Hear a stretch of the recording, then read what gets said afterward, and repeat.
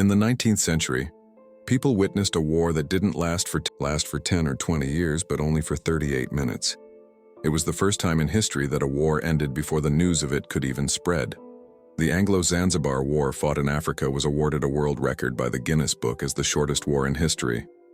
But the question is, between which two nations did this historic Anglo-Zanzibar War take place? And how was its decision made in just under an hour? Welcome once again, viewers, to a video from ASTV. This historic war took place on an island known as Zanzibar, located in the Indian Ocean. Only 40 kilometers off the coast of East Africa, Zanzibar was under the control of the Sultanate of Oman. Everything was going smoothly until a new power entered the scene, trying to rule Zanzibar and East Africa through politics. Yes, we are talking about British rule. The British Empire had long been eyeing Zanzibar Island in East Africa. They wanted to use the strategic location of Zanzibar and somehow bring its valuable resources under their control.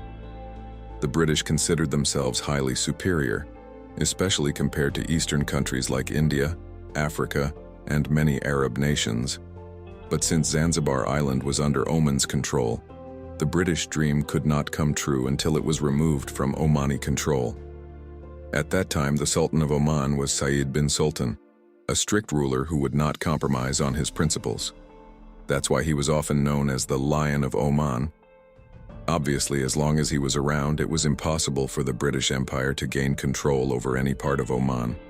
In 1856, the elder son, Thuwaini bin Said, took over Oman's throne, while the younger son, Majid bin Said, separated Zanzibar from Oman and declared it a new nation. Zanzibar, which had been a part of Oman for centuries, was now declared independent by Majid bin Said. Many Arab sultans refused to accept Zanzibar as a new nation due to this decision. But for the British Empire, this was the perfect opportunity. They immediately supported Majid bin Said and officially recognized Zanzibar as a new country. In this way, the British Empire entered the politics of Zanzibar. The main source of income for Zanzibar was the last active slave market in the world, a market where slaves were traded. Slaves were tied up with ropes and brought from mainland Africa to Zanzibar Island. Often on the ships, slaves would untie themselves and jump into the Indian Ocean. Many would fall ill or die due to suffocation during the short 40-kilometer journey. Their bodies would be heartlessly thrown into the sea. In Zanzibar's slave market, they were sold. In small cells, hundreds of slaves were kept without food or air. They were auctioned like animals. Lined up and tied to trees, they were whipped harshly. Those who showed endurance and didn't cry out during the whipping were sold at higher prices. Years passed and the sultans of Zanzibar changed. Their main income remained the slave market, and above all, the support of the British. A luxurious palace was built for the Sultan in Zanzibar, located right on the seafront. This palace had every facility imaginable at that time and was also the first building in East Africa to have an electricity connection. Most of the palace was made of wood, and the buildings were connected by bridges. At this point, the British were receiving global criticism for supporting the slave market in Zanzibar.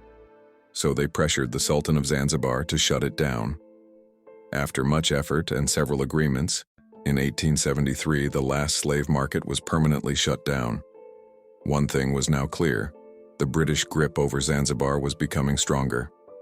Fast forward to August 25, 1896.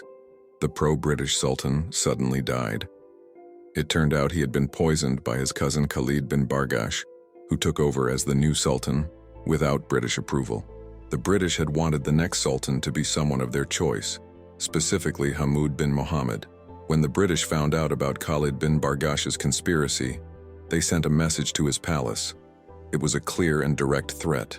By 9 a.m. on August 27th, the palace must be vacated. Khalid gathered his forces and locked himself inside the palace. Simultaneously, the British Navy surrounded Zanzibar Island with their ships. The next 2 nights were full of tension at the palace.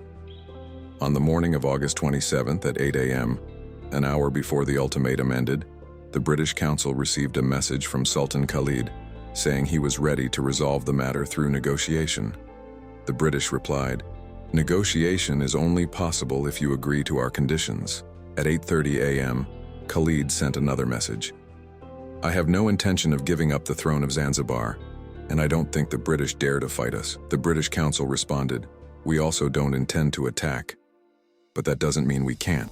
At that time, there were 2,800 guards stationed outside the palace, including some civilians, palace guards, servants, and slaves. To counter the British Royal Navy, a ship was also placed in the Indian Ocean near the palace. The HHS Glasgow Royal Yacht, worth £32,000 and built in 1873. Along with it, some small boats were prepared to take on the British Navy. At exactly 9 a.m., as the ultimatum expired, 2 British cruiser ships, 3 gunboats, and 150 Marines moved towards the island. Remember, these 150 British forces were up against 2,800 of the Sultan's guards. At 9:02 a.m., the 3 gunboats, Raccoon, Thrush, and Sparrow, began heavy shelling on the palace. The very first attack destroyed the 12-pounder cannon inside the palace. Sultan's royal yacht, HHS Glasgow, was also immediately destroyed, as it was anchored in shallow waters. Since its upper part was exposed above water, it became an easy target. The crew of Glasgow immediately raised the British flag and surrendered. The British plan was to arrest Khalid bin Bargash and take him to India. But during the first round of shelling, Khalid secretly fled the palace with his Arab companions. Out of the 2,800-strong army, 500 soldiers were killed due to heavy bombardment. The British Navy fired a total of 500 shells, 4,100 machine gun rounds, and 1,000 rifle bullets. By 9:37 a.m., British soldiers had stormed into the palace. The remaining palace guards surrendered. At 9:38 a.m., just 1 minute later, British Marines climbed to the palace roof, took down the Sultan's flag, and that marked the end of this 38-minute-long war. Interestingly, while 500 of the Sultan's men were killed, the British Navy had only 1 wounded sailor. Later, it was found that Khalid bin Bargash had taken refuge in German East Africa.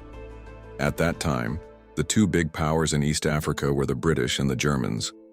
After taking control of the palace, the British immediately installed their preferred sultan, Hamoud bin Mohammed, as the new Sultan of Zanzibar. This 38-minute war began a new chapter of British rule in Zanzibar.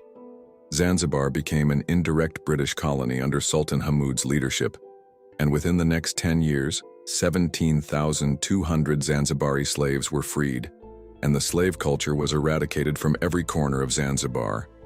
Now the question remains, in the 18th and 19th centuries, when the British took control of various countries and turned them into colonies, did this benefit human civilization or harm it? We hope you enjoyed this video from ASTV. Don't forget to like, share, and subscribe, and leave your valuable comments. Thank you for your love and support. See you in the next amazing video.